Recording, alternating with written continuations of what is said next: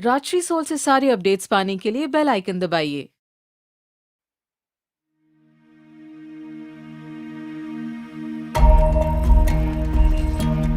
श्री गणेशाय नमः। ॐ जपाकुसुमसङ्काशं काश्यपेयं महाद्युतिं तमोरिं सर्वपापघ्नं प्रणतोऽस्मि दिवाकरम्। ॐ दधिशङ्खतुषाराभं क्षीरोदार्णवसम्भवम् नमामि शशिनं सोमं शम्भोर्मुकुटभूषणम्। ॐ धरणीगर्भसम्भूतं विद्युत्कान्तिसमप्रभम् कुमारं शक्तिहस्तं च मङ्गलं प्रणमाम्यहम्।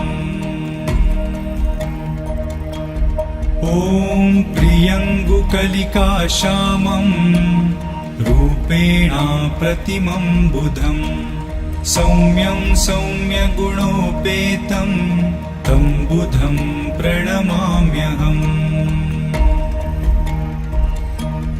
ॐ देवानां च ऋषीणां च गुरुं काञ्चनसन्निभं बुद्धिभूतं त्रिलोकेशं तं नमामि बृहस्पतिम्।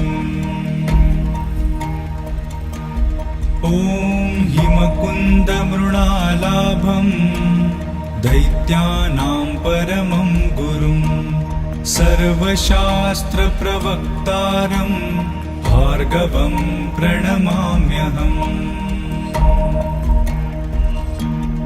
ॐ नीलाञ्जनसमाभासं रविपुत्रं यमाग्रजं छायामार्तण्डसम्भूतं तं नमामि शनैश्चरम्।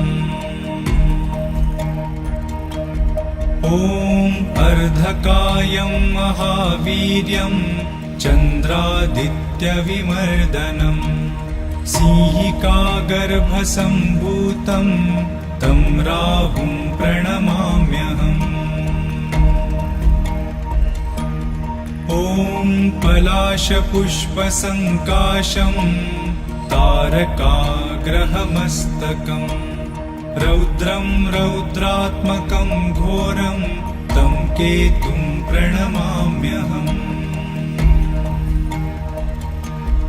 इति श्रीवेदव्यासविरचितम् आदित्यादि नवग्रहस्तोत्रं सम्पूर्णम्।